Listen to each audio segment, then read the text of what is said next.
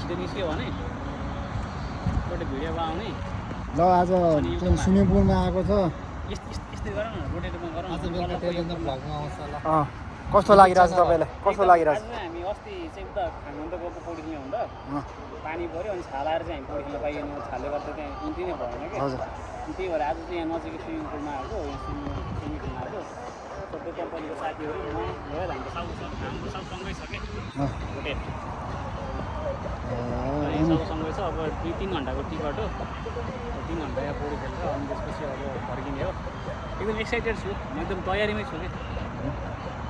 कि यहाँको swimming pool कस्तो लाग्यो तपाईँलाई त्यति हाम्रो जस्तो उता हाम्रो देशको जस्तो चाहिँ छैन गहिरो छैन नि त हामी त अब त्यो खोला झरना ठुल्ठुलो नदीहरूमा पौडी खेलेको मान्छे त हाम्रो पोखरी जस्तै भइहाल्यो नि माछा मार्ने हेर्दा चाहिँ सफा छ राम्रो छ तर गहिरो चाहिँ छैन है हामी खेल्ने जस्तो गहिरो चाहिँ छैन अहिले स्विमिङ खेल्न सुरसार मात्रै खेलिसक्नु भएको तयारी अब हामी चाहिँ तयारी चाहिँ त्यो 5:30 बजे 6:30 बजेसम्म चाहिँ यहाँ रेस्ट हुँदो रहेछ अहिले खाली घन्टा अब यहाँ 6:20 भयो अब 10 मिनटपछि हुन्छ तयारी चाहिँ हाम्रो पूर्ण तयारी खाना स्विमिङ पुल चाहिँ यस्तो छ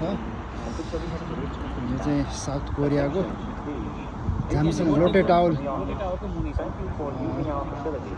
त्यतिखेर चाहिँ रेस्ट टाइम हो त्यही भएर खासै मान्छे छैन वरिपरि ल लास्टमा के भन्न चाहनु लास्टमा चाहिँ अब यहाँ वरिपरि हुनेहरू समुद्र गएर पौडी खेल्न पाउनेहरू स्विमिङ पुलमा आएर भने चित्त बुझाउनु पऱ्यो